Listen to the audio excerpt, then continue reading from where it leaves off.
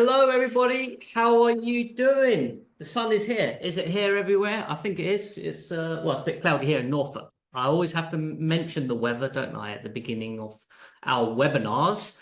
Really excited about doing this webinar. I am going to be talking. And yeah, I think a few months ago, I wonder if everyone really knows what cloud software actually is. I mean, it's been around for many years.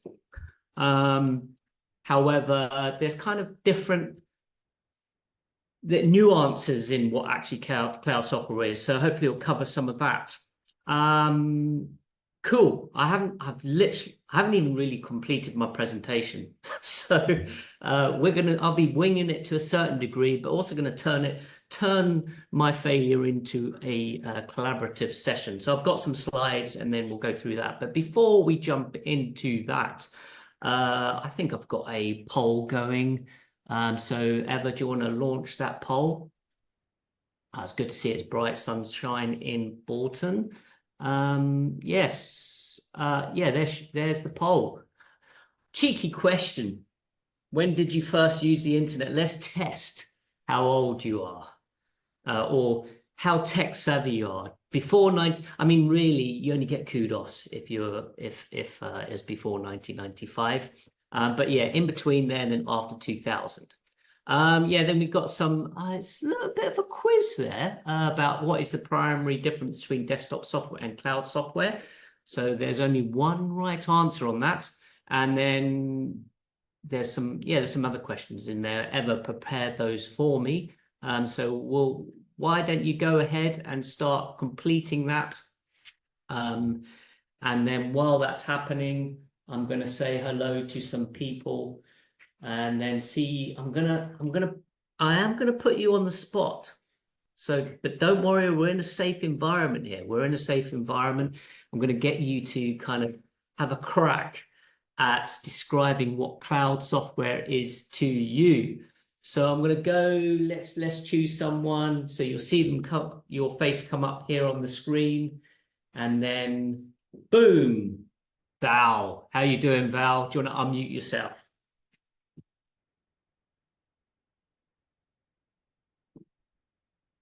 Down the bottom left-hand corner, Val. There's a... Yeah. There you're in the house. How you doing? Whoops, hang on. Let me just get rid of that. Yeah, fine. Very well. Thank you. Cool. Where are you based? What do you do there? I'm a councillor at the for the Rudine Parish Council. Okay. I'm retired now from work, that is.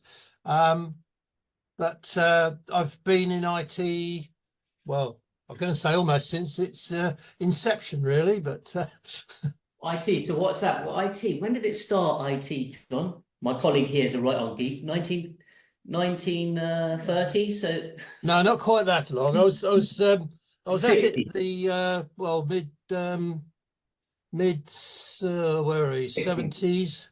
Yeah, cool. Yeah. So I assume you've been on the internet before 1995. So what does cloud mean to you? To be honest, I think it's the new way of doing things. The equipment, the hardware, has moved forward at a great extent, and in the old days, you were installing software and applications on the individual devices.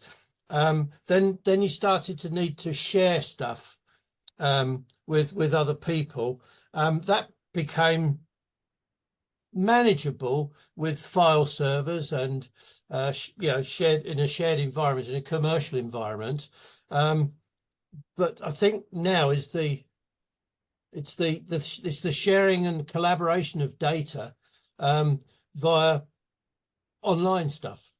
That's brilliant, Val. Oh, thank you. I'm so pleased I actually pulled you up first. That's a really good, so I actually just realized I didn't include a few things on my slides, kind of the evolution. So we'll do that right now. So Val has talked about the olden days where we had and he talked about hardware as well. So in the olden days, we used to have like a PC or a laptop, and it was standalone.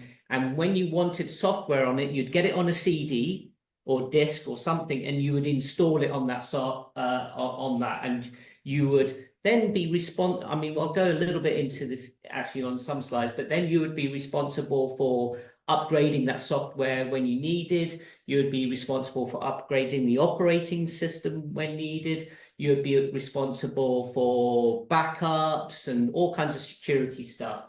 But then we started wanting to work together. So then we'd have local networks where you would then share files across those networks.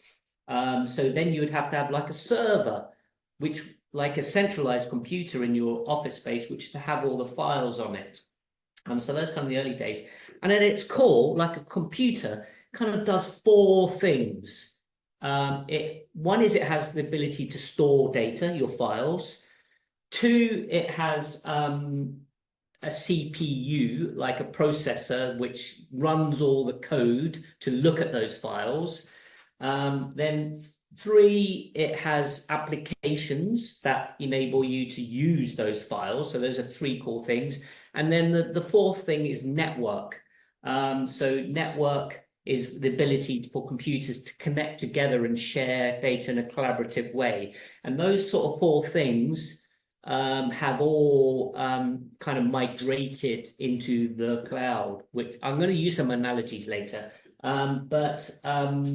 It used to be to manage all those four things without the cloud, it used to require a lot of expertise and a lot of work and a lot of responsibility. So well done, Val, that was cool. So I'm going to have a little chat with someone else.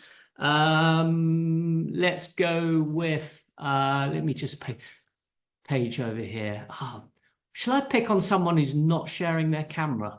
Let's have a go with, and then it'd be good to see Sylvia Hillen. Are you there? Are you able to turn your camera and say hi? Do you think people are now turning their camera off because they know I'm going to be talking to them? I'll choose some of the camera. So I'm going to go with Leslie Jenkins. You're looking happy. Sorry, Leslie. How are you doing? I'm doing good, thank you. Have I picked on you before? I think I have, haven't I? I don't think you have, no, but thanks. But thanks anyway. Good, good. So, where are you based? What do you do? I'm a clerk. Yeah, I'm a clerk down in Gloucestershire for a little village called Hinton. Cool. I've been doing it for 20 years. Just that same place, that same parish council? Yeah. Oh, so yeah. you're a lifer. I'm a mug, I think. Good, good. So we already had. So what does cloud mean to you? What's your first kind of experience with cloud? It's just for storage. The lady who does our IT, she just put this like the cloud on there, and I'm, oh yeah, okay, I just don't know about it at all. I don't like change either, so it's like, ooh. But a couple of my counsellors want to look at cloud computing and things to make things easier to store things they can all access and things like that. But cool. Let's rewind. Forget about Office. So do you have an iPhone or a Samsung or something like that? Yeah, I got a Samsung, yeah. Got a Samsung. So what cloud stuff do you use on that? I don't know, to be fair. Cool. Well, I'm making a point because a lot of people might not realize they've been using cloud for many years. So it's very likely, I mean, there is permission, but on iPhone or Samsung, it used to be when you first got smartphones and you take bunches of photos, you'd run out of space. On your actual phone. So there's always a problem. You'd run out of space. But now I don't know why people don't. A lot of people don't actually think, oh, why don't we run out of space anymore? In terms of like with our photos and videos, it's because the mobile devices is syncing your photos and videos to the cloud again, and you can still see all your photos in there, but actually it's the mobile devices are doing a very clever job at kind of syncing to the cloud on demand. So maybe your last photo, your last 1,000, 2,000 photos, the whole image will be on there. But after that, older photos, it'll only have a little thumbnail of the picture. So you can still see it there. And then it's not, I don't know if you noticed, if you go to look at an old video on your phone or camera, it takes a while to load because it's got the thumbnail there. When you tap on it, it's then syncing it down from the cloud on demand. So that's one of most kind of general consumers. Your first experiences with cloud is actually the syncing, is your photos on your camera. Cool. All right, I'll have a chat with just one more person. Thanks a lot, Leslie. Thanks. Cheers. And I'm going to go with, I'm going to try and find someone very young looking. I don't want to get in trouble. Let's go. Quick scan here.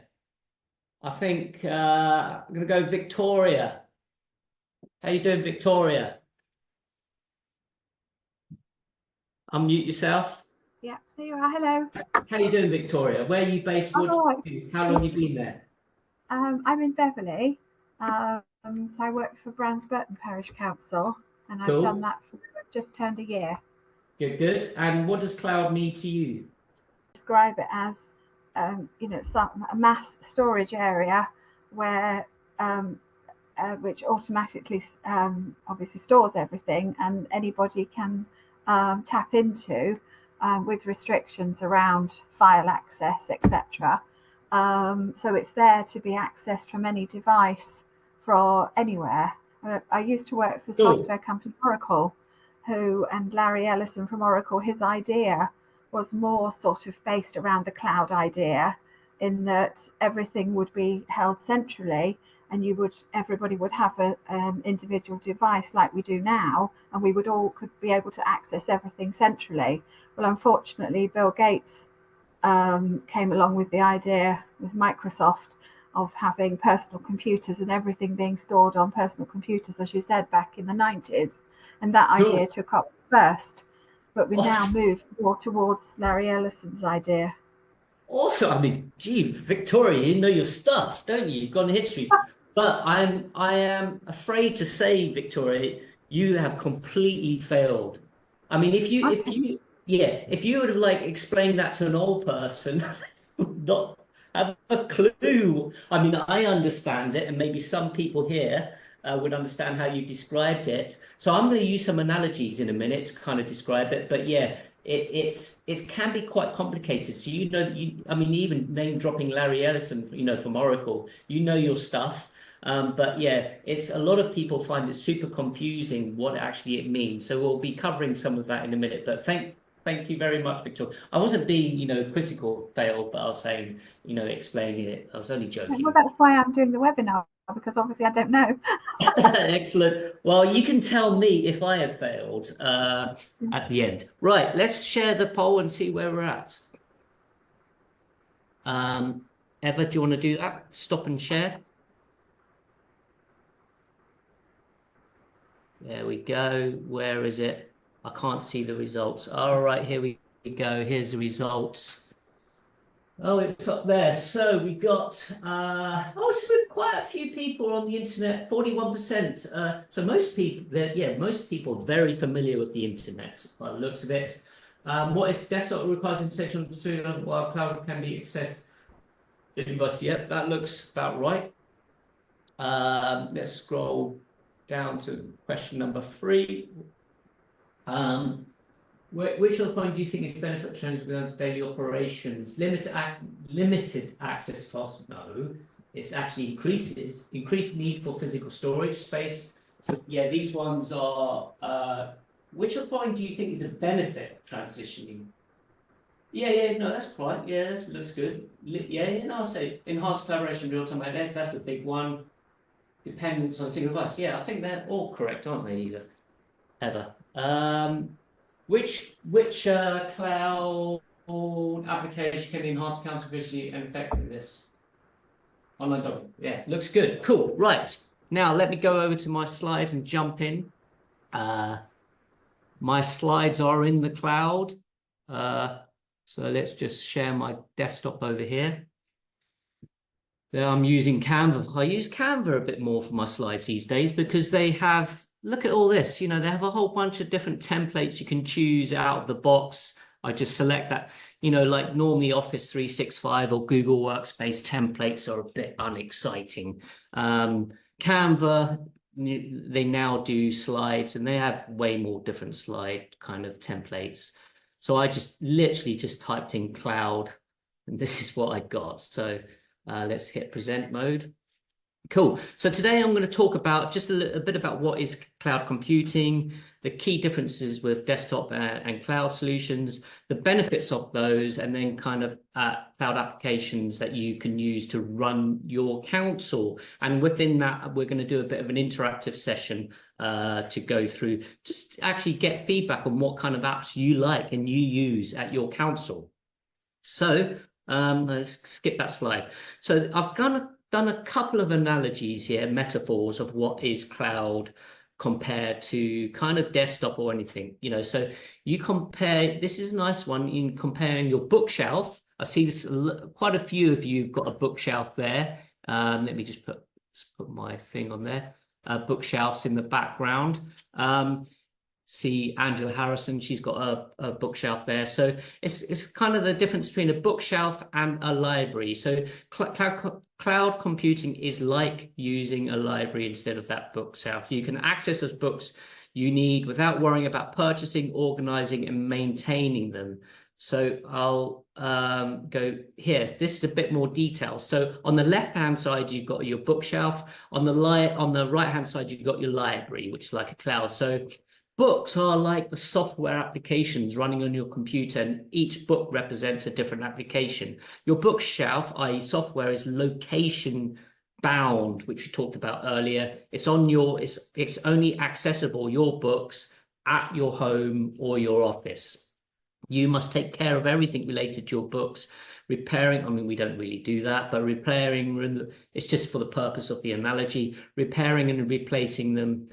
Similar to software, you have to manage your own, you know, desktop software, manage your own software updates and backups. And then you have limited space with your bookshelf, similar to desktop. So a library is little bit like a cloud. Libraries are, you can access anywhere. They're all around the world.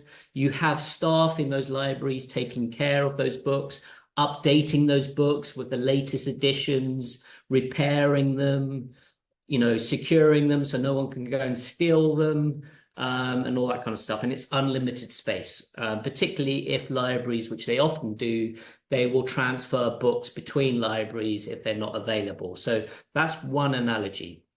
I kind of also like this. I was going to say buy a car versus Uber, but maybe a lot of people are not 100% familiar with Uber. But it's kind of buy a car versus rent or buy a car versus taxis. So cloud computing is like renting a car or just using taxis all the time. You can access and use that car when needed without worrying about maintaining storage or insurance. So this is a bit more detail. So on the left-hand side, you've got your car. Most people only have one car. As an individual, you are fully responsible, particularly around the compliance related to that car, ensuring it's taxed, insured, MOT'd. It's quite a high cost initial purchase, and then you have ongoing costs. I mean, it's not really the case anymore. A lot of software providers don't. It used to be the case you'd have to buy Microsoft Office, spend loads of money on it. It's like a big one-time purchase, but now it's everyone's moved to subscription, even if it's desktop software. It can be expensive to upgrade. You might be stuck on that, you know, you're stuck on that. It's very expensive to upgrade your car. You've purchased the one car, limited use. If it breaks down, you know, you've got that one car, it's hard to replace it. There's no backups and it's hard to switch without selling and buying. But if you're using renting one or you're using taxi services all the time or Uber, you just get a variety of cars to meet your needs. You know, whether you're going long trips, short trips, you need to carry anything. All the maintenance, compliance, VAT, MOT, tax, insurance, all handled by the rental company. You just pay as you go. It's easy to switch cars. You can, this is the analogy falls a little bit apart here. I mean, carpooling, you can share cars. Business continuity is good. You know, you can replace it. Car, you know, the car company has a fleet of cars, so loads of redundancy. And, you know, rental companies are constantly upgrading their cars and improving it. So you're always getting the latest and greatest. So desktop software is like owning a car. You handle all the maintenance, storage, insurance. Cloud software is like renting a car. You use it when needed without worrying about upkeep and storage. So going into, hopefully those analogies have worked. But yeah, on the left-hand side, you've got desktop software. On the right-hand side, you've got cloud software. So yes, again, desktop software, you install it, it runs locally. You're the only one can access it on your particular machine. And you have to upgrade that software and the installations. You have to manage your own local storage on hard drives. It's limited collaboration because you're the only one can access it, so you can't have multiple collaborators on the same document. You or someone, or a contractor is required to maintain that, ensure that operating systems, well, the operating system, the software is up to date, virus, you've got data backups, etc. And you're always dependent on local security measures. With cloud, there's no software installed. So this is a big thing with clouds. A lot of people don't realize, because there's actually a few kind of software providers in our industry that say they're cloud-based, but they're not. But that is kind of the key thing. You have to, you know, access it via a web browser. So you can access it anywhere on any device. The application is delivered via the web browser. So you go to www. Or, you know, you put something in there and you access it. And then the software is all quickly downloaded so you can use it. So running in the web browser. When that software, because it's running through, the next time you go to your web browser to use that software, if the software has had some upgrades in the meantime, you will just get the latest version automatically. There's no there's no updates required or upgrades. You just automatically get it. So whenever you go to that web browser to access that application, you've always got the latest. All the data storage is cloud-based, which again, you can access anywhere. I'll jump down to the maintenance.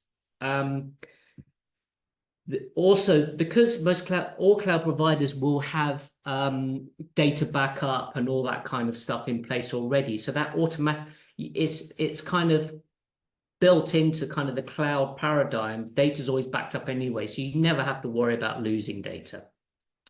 Because it's cloud-based, access to the browser, most documents now you can collaborate on it at the same time.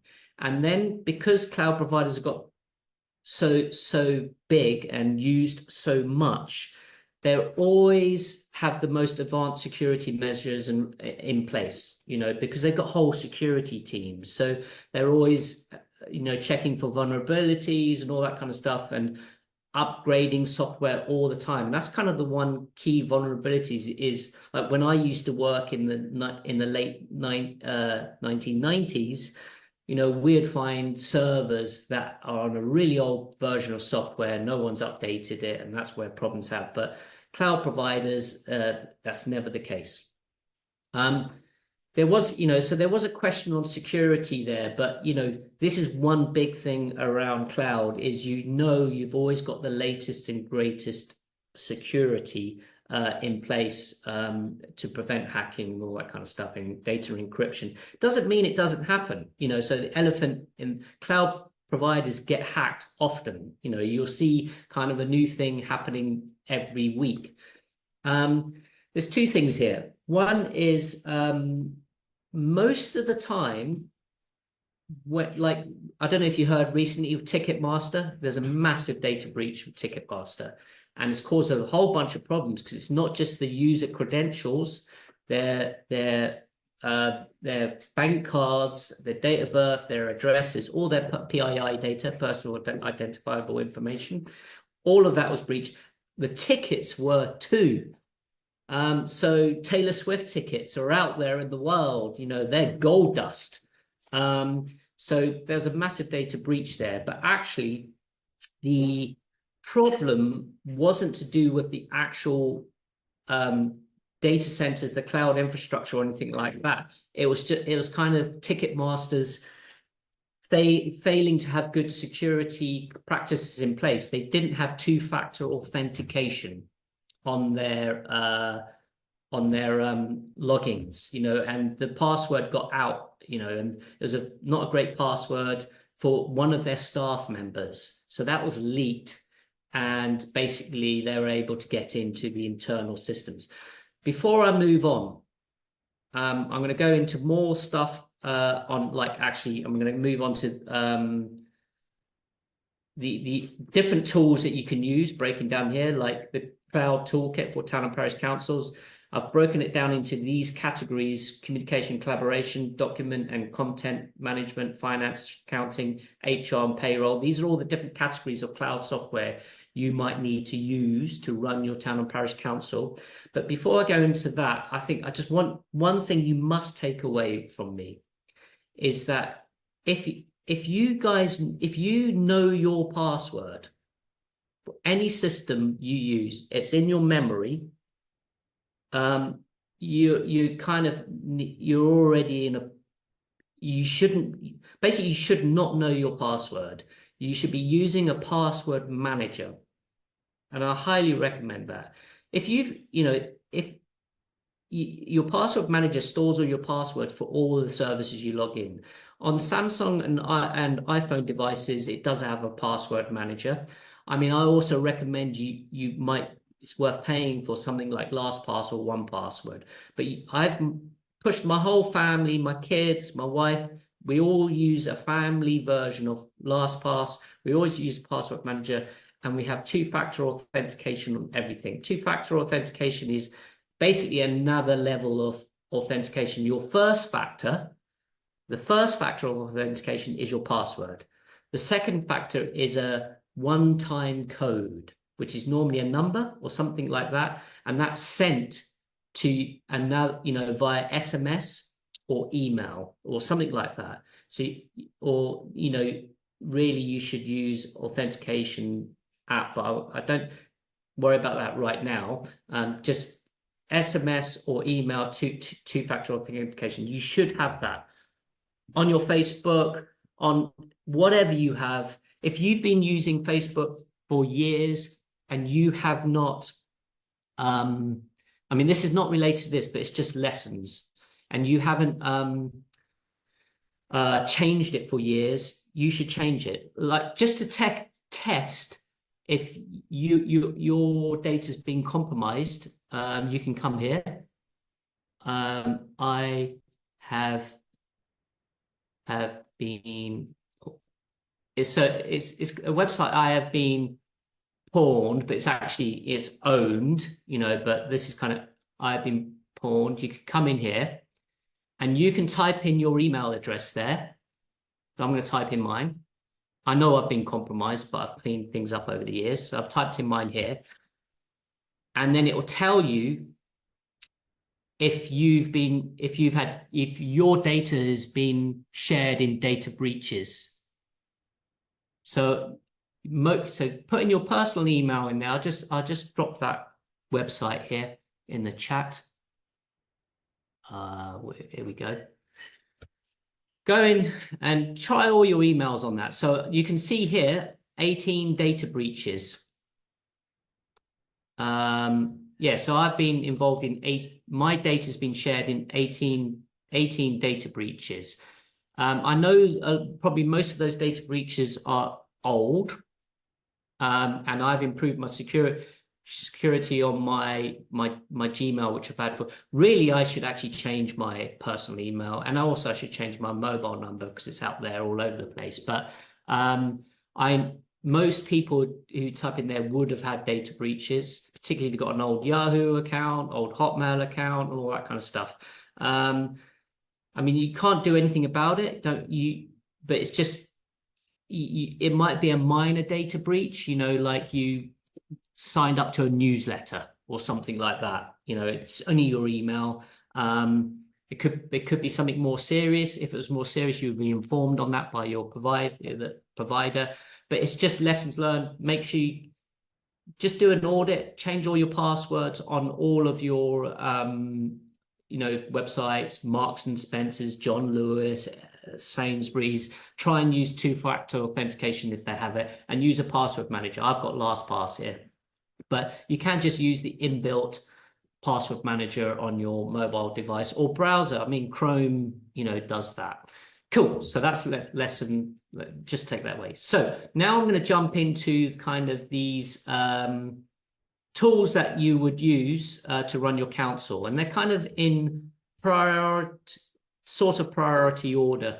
So I'm going to go, the first two, we'll go into a bit of detail, then I'm going to jump into a Word doc here for the rest. So communication and collaboration tools. So these kind of the things that I would say at a basic level you need to have, and some of you probably already have that. So Office email services, you all need that now. I know some councillors, sometimes there's problems to get them to email, but they all need that to aid communication. Using Office 365, Google Workspace, or Zoho Office. I'm going to go into a bit more detail on those in a minute. Instant messaging, Microsoft Teams, WhatsApp, Slack, video conferencing. You're all on Zoom right now, but there's tools like Microsoft Teams, Google Meet, and Zoho Meeting. And then meeting scheduling tools are very useful. All these tools are like baseline. I would say these are the basics you need in place. The meeting scheduling, maybe not, but certainly these top three are the basic tools that you need to work in the modern society these days, and they're all cloud-based. You can basically log in from anywhere. For me at work, like just as an example, my one of my team members, India, her laptop died. Absolute no panic for us. That's not even, it's a non-issue. I had another spare laptop, just log in, carried on working within 15 minutes. That's kind of situation, the actual hardware doesn't mean anything. Her laptop just died. She just gave her spare one. She logged into that. She needed to, first thing she needs to do is log into a password manager. Then a password manager has all passwords in there, so she can log into everything else. And she's got one password on her phone as well. So those are the basics. Then going into a bit more, document and content management is the cloud storage of your files, Google Drive, Dropbox, OneDrive, Zoho, WorkDrive. The reason why I'm mentioning Zoho, I'll explain in a minute. But actually, the first evolution of people adopting cloud was file storage only, less about the applications like the Office and everything. Dropbox was very popular in the early days. It was kind of, Dropbox was so successful because it was the first product on the market where it worked on mobile, Windows, Mac, Line. It worked on all devices, and it just synced your files across everything. So it was one of the first there. But actually now that technology is built into Office 365, Google Workspace, and Zoho. Then document management systems, which is kind of related to cloud storage, and then digital signatures of tools and file sharing, DocuSign, Adobe Sign, Zoho Sign, and then file sharing. If you're going to share massive files, a lot of people use WeTransfer. I'll be sharing these slides with you, so don't worry about missing something. So I'm just but at its core, you need, like, the most important, going back to here, is kind of the document and content management and collaboration. There's kind of three main platforms that do that now. Office 365 or Google Workspace. It's Microsoft or Google. I throw in Zoho because it's the next best contender, and it's actually reasonably priced at £2.40 a user per a month.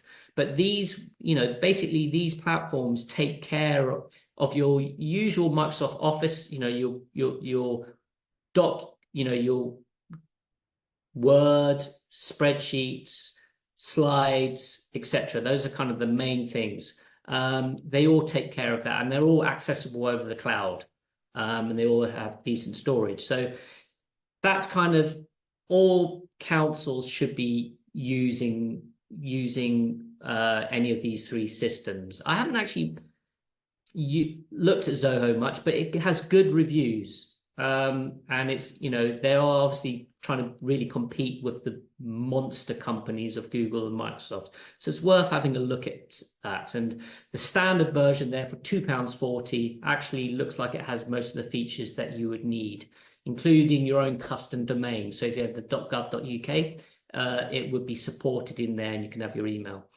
I'm going to jump into other tools, which I'm going to jump into this document. I've covered off this. I'm now going to go into financial, HR, marketing tools, project management tools, customer and citizen engagement, security, events and meeting and asset management, all that kind of stuff. But before I go into that, let's do some questions. I haven't been looking at the chat at all. So just throw your hand up in the reactions down the bottom, react and say raise hand. Otherwise I can move on. Helen. Hi, John. Sorry. Hi. Hi. Sorry, I'm suffering from a cold, so I sound a bit throaty. Backups. When you say backups, you don't need to do a backup of a cloud system. Do we not need to do a local backup every now and again in case we delete something and forget about it? Good question. Well, yeah, most of the time on a cloud system, they have a concept of like a trash can. So if you do delete something, it will go into the trash can. The data retention on that trash can is normally 30 days. So yeah, if you want more longer than that, you should think about backups, but you could just have an archive folder or deleted folder. You know, you could create 2023 deleted, and then you'd leave that in there for, you know, a year or something, and then you do a bit of housekeeping in terms of files. So that's what we normally do. We create we call it an archive folder. We put it in there, archive 2021, and then we'll zap. If we haven't gone in there, you know, for 2 years, we'll zap it.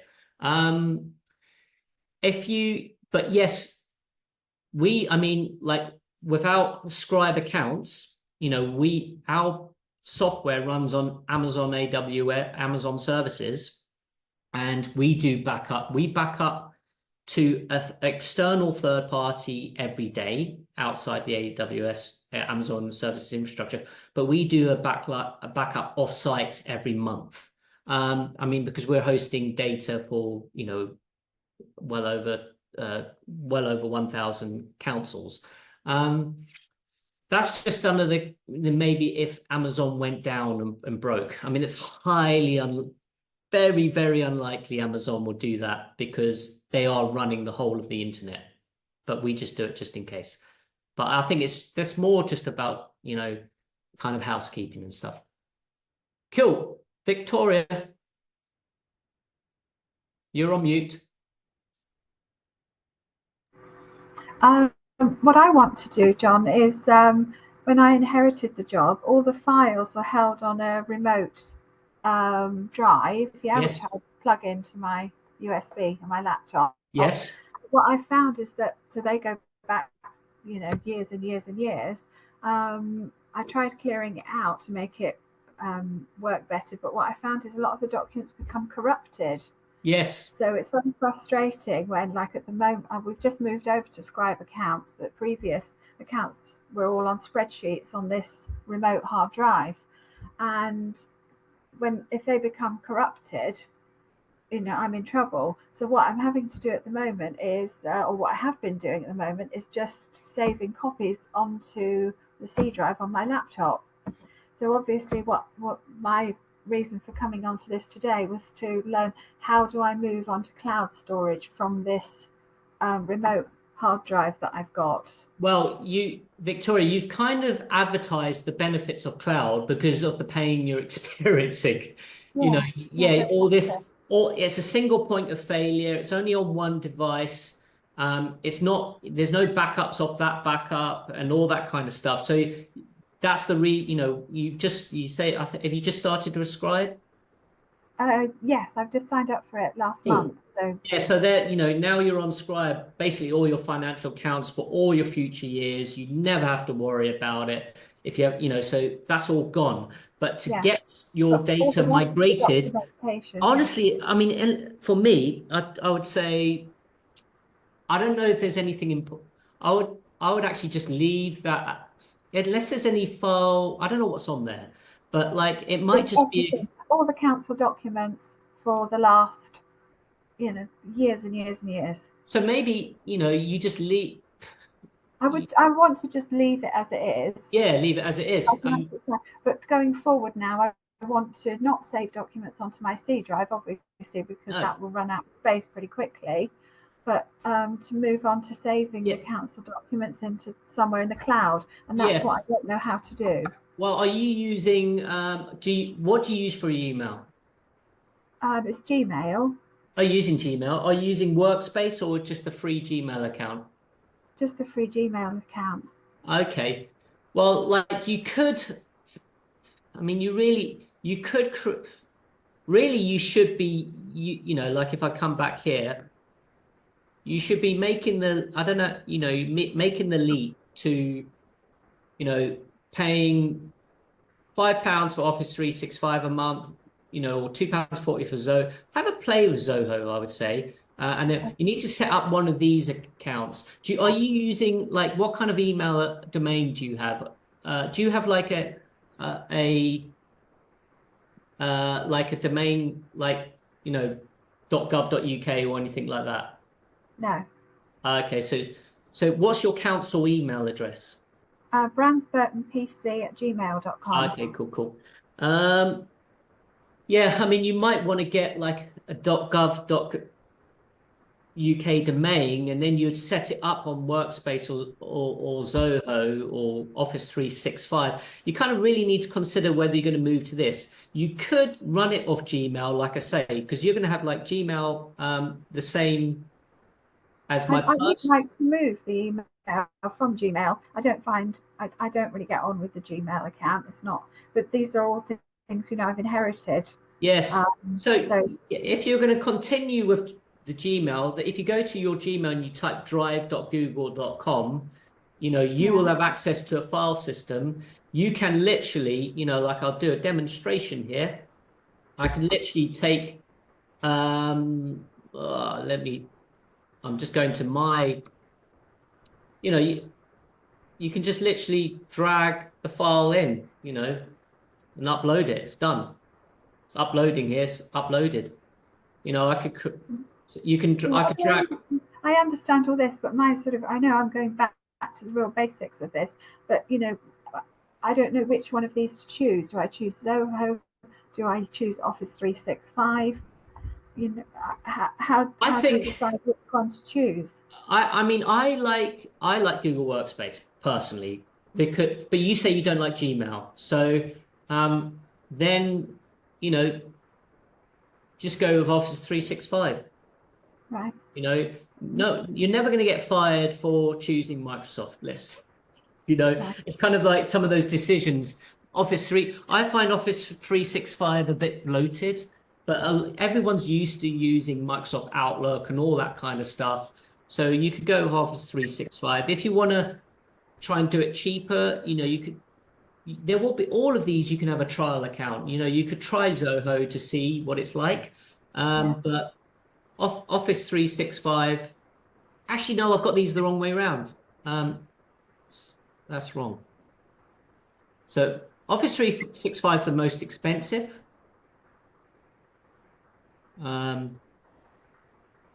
But when I go into other, and then Google Workspace second, so that's how it goes. Yeah, sorry, I just moved them around here. Yeah, so in terms of cost, it goes up. But Office 365, Office 365 does a lot of stuff, and like when I go through the Word doc, of other things, there's like task management, project management in Office 365 and all kinds of things. But yeah, but it's going to be one of these three. unless you want to like have a crack at using the free version and setting it up in such a structured way that it's maintainable going forward. But yeah, I would, it's one of these three. Can we ask the question if everybody on this webinar is already using cloud storage for their files? Am I the only one who's still on a remote hard drive? Yeah, yeah. So I'll tell you what we'll do now.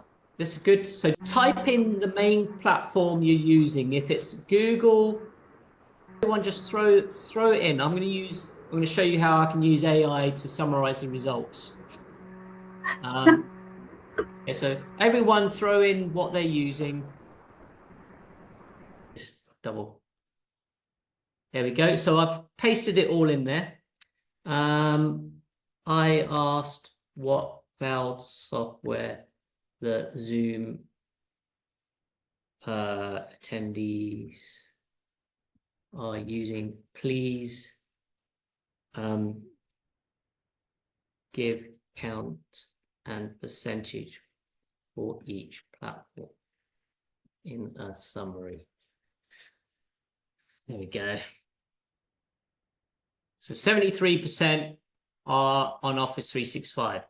Cool. 8% Gmail, no cloud, 6 mixed. Cool. So yeah, so just I would go with Office 365. I'm not a massive fan of Office, but yeah, go for it. If you don't like Gmail, the interface isn't great, but yeah, go for Office 365. You're not going to go wrong. Not going to go wrong. Cool. Any other questions? John, do you have time to mention about data security? Yes. So if you are, I mean, if you're running not in the cloud, you are responsible for all your own data security, everything. Also, one of the issues if you're not running in the cloud, sharing of data is harder, which creates a greater data security problem. So a lot of our customers who join us that were on spreadsheets and join us and use Scribe accounts, they were previously using spreadsheets, and those spreadsheets would be emailed all over the place. So that is a data security issue, particularly, because like if they're sharing financial accounts, they might email them with the counselors, or other team members. They're on their personal devices. They might download it to their laptop. They might have tons of versions of their laptop. They might then, give their laptop to their daughter, to go to uni. And, so if there's a freedom of information request or right to be forgotten request, actually, as a counsel, you have no clue where the data is. It could be on someone's phone. It could be, so if you're but if you're in the cloud, you can share links to the files, and then those counselors will go to a web browser and view the spreadsheet because they have the permissions to do that. So there's no local copy or anything like that. So that's one thing. The second thing is when you're in the cloud, you can also, like I showed you a demo previously, you can control what people can do. So I first set my permission read only, so that improves data security. And then I removed my permissions. They previously had permissions for editing. Now they no longer have permissions. You have a full audit trail of all the changes, who changed what. So all these kinds of things improve data security. Then along with that, you've got just the kind of more disaster recovery, business continuity thing. Again, we've had customers who've joined us, like the laptop died, everything was on there. Everything's gone, so they want to now use cloud because you get all these inbuilt capabilities with cloud. It's just assumed the data's always there. There's loads of redundancy built into cloud infrastructure. The storage part of it, loads of redundancy. Like we take a snapshot of our data every 5 minutes, so we can restore if needed. So you just would never do that if you're running on your laptop. You wouldn't like take the spreadsheet, copy it, and then create version 400,024, because you keep, you just never do it. So yeah, so that's kind of stuff. Does that answer your question? I mean, yeah. Yeah, sort of. I was wondering about sort of being hacked and that sort of stuff. I mean, all these big companies have all had accessed by bad actors, as they call them, don't they? Yeah, so I'll say two things. I had this slide. I didn't talk it through.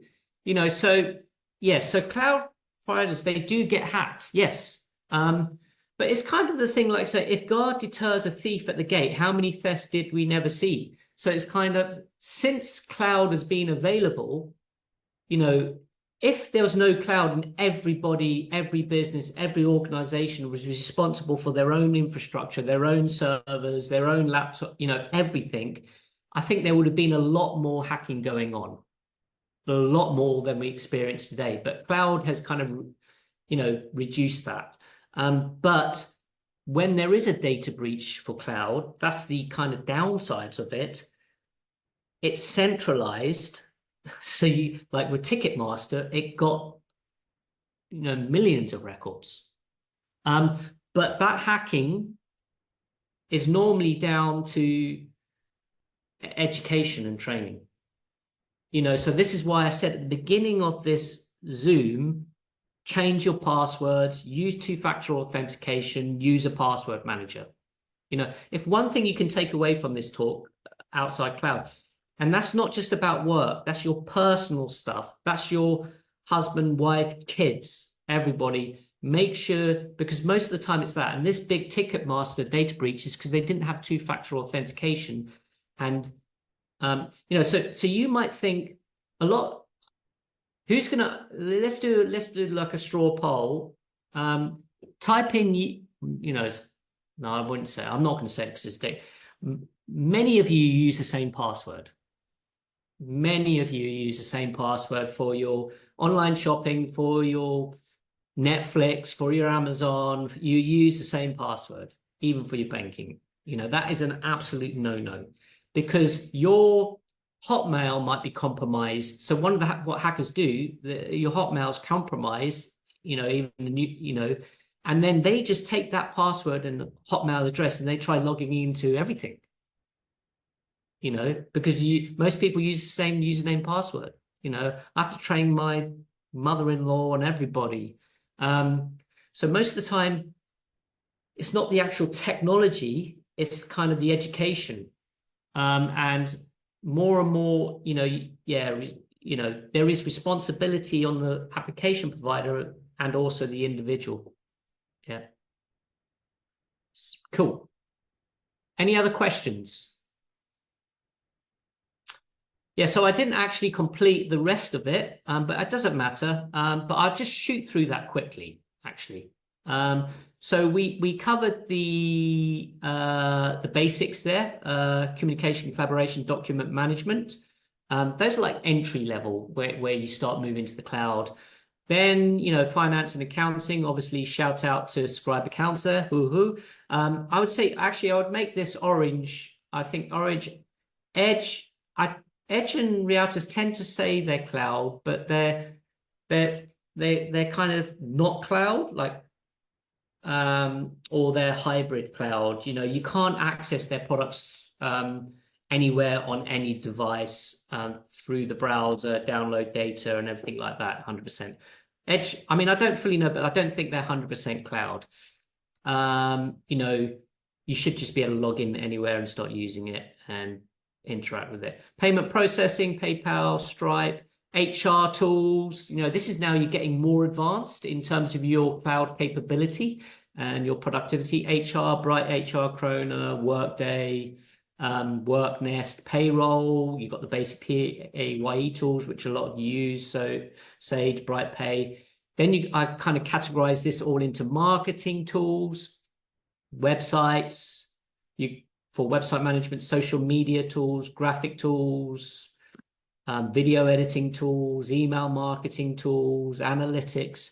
Then we're going into project management and task management, customer citizen engagement, CRM, Survey Monkey, community engagement. We've got Go Collaborate speaking in a week or two, compliance, WorkNest, password management, event and meeting management.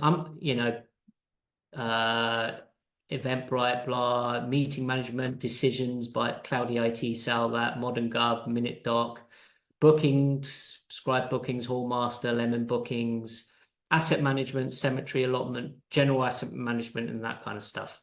I will leave you with one thing. We're doing a special, we've built a fancy new asset manager.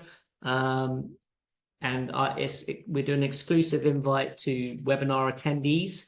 It's in very early stage yet. Let me just log in, give you a quick demo. I'll send you a link afterwards. We make it super easy for you to map out your assets. All you do is go around, take photos of your normal camera, and then you know, they're kind of mapped out there, as you can see.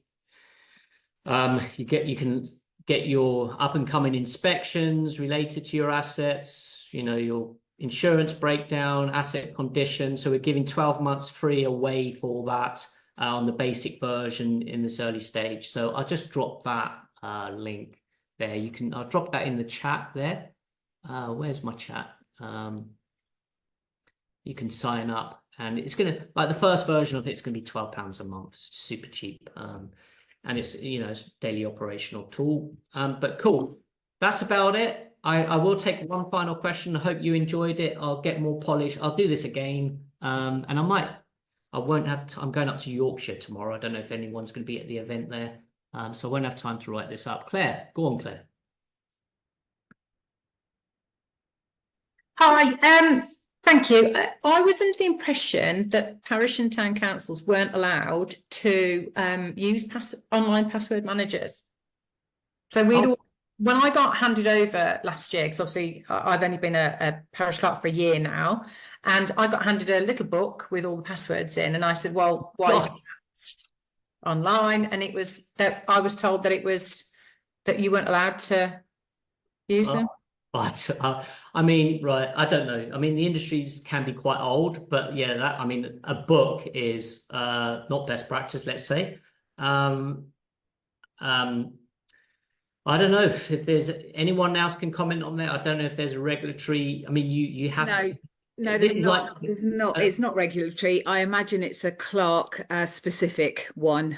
So as long as you have risk assessed or included it within your financial regs as to why you have done what you're doing, then no, it's a parish council specific thing. Awesome, Liz. Thanks. You helped me out with Oh, wait there. I've got here. Leslie has said something that's new about saving passwords, but yeah, no, well, one of the things that we teach is don't write your passwords down, for exactly that reason, is somebody could theoretically mislay or steal the book, and then you are completely messed up. So yeah, so it's safer to use a password manager than it would be to have a little black book. So am I correct in thinking then, please, that I can use one, but do I need to get the council's permission and have it noted and minuted? I've never got the council's permission, because as far as they're concerned, I'm the one that sets all the risk assessments and does the financial regulations. And it's just look at what is already there. So look at your financial regs, look at your standing orders to see if there's anything in there about passwords. If you've got anything that's computer specific policies, have a look in there to see that's already been set in the past.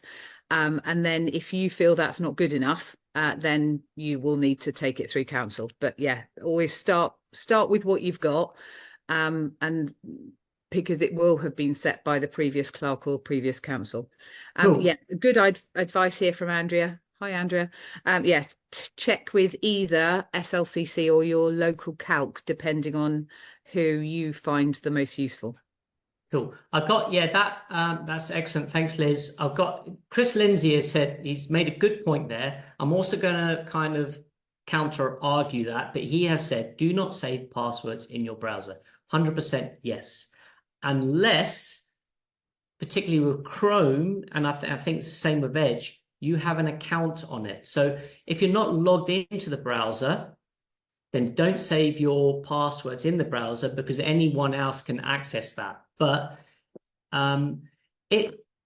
using the password management system in the browser, if you're logged in, is better than the book, or better than everything. Best case is you use like a purpose-built tool like 1Password or LastPass or anything like that.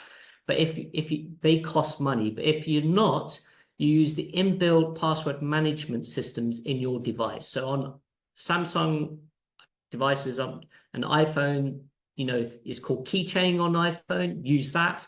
But if you are on the, I'm logged into the browser here, yeah.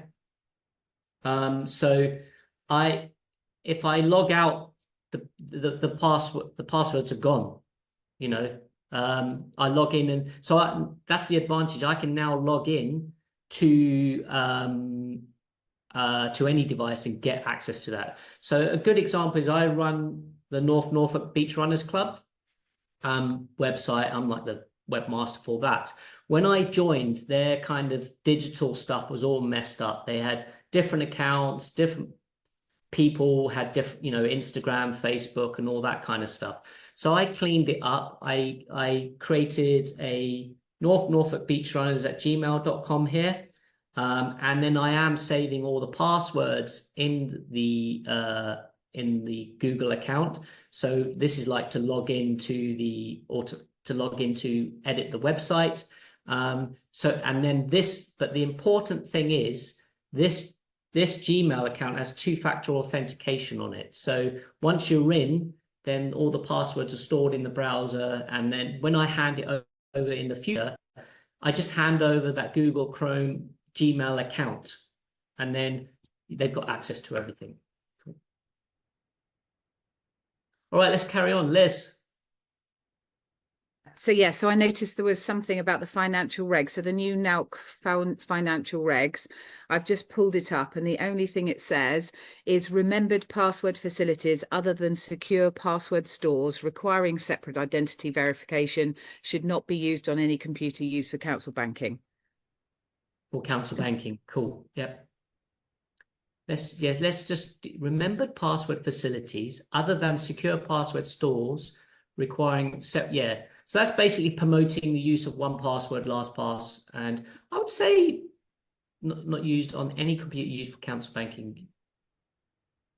Yeah, okay, yeah, so I imagine it means something like if you have a Word document yes, that has all of your passwords on it, then you shouldn't have one of those if you are using banking on that computer.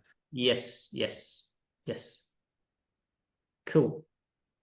I think storing your but that's banking. So you definitely don't want it in a Word doc. You definitely don't want it in paper. You want it in a password management system such as LastPass, 1Password. Angela. Sorry, quick word about passwords. So what about if some of your passwords are stored in an Excel document, which also is password protected? Is that unsafe and dodgy as well, basically? Yes, because I mean, unless it's not good practice. No, it's not good practice. But it could be good practice if that Excel. I mean, if it's on a desktop, I mean, you can't add two-factor authentication. If you had a crazy long password for the Excel document, maybe, but it's just once you're in, all your passwords in there, I imagine your passwords. I was going to say you can encrypt Word documents now and password protect them so that if it's just I mean, it's if you had a very good password, like that you can't remember, you have to go. It might be possible. It's better than nothing, but it's not the best, because you can't. I might send you email that to your councillor or someone, and you tell them the password. Then they left. They've still got the Excel file of all the passwords in it, and it's just not. You can't really control access to it in a good way. So it's But and it also depends on the quality of those passwords in the to those systems as well. But I wouldn't do it. I always use generated passwords by the password management system, which are just, you can't, you know, they're crazy strings. Okay, thank you for that. I'll look at it and change that very quickly. Thank you. Yeah. I mean, it's better. It's like, again, it's better than nothing. It's better than a paper book. It's better than unencrypted or file which doesn't have a password access to it. But just use a password manager. Yeah. And yeah, you shouldn't know if you and any of you are typing your passwords in because you know them. You're already in the wrong spot. Okay, thank you. Cheers. All right, shall we call it a wrap? I'm 20 minutes late from a meeting. I hope you have a good day. I've got to drive up to Yorkshire now for an event. Cool. After my meeting. Take it easy. Cheers all.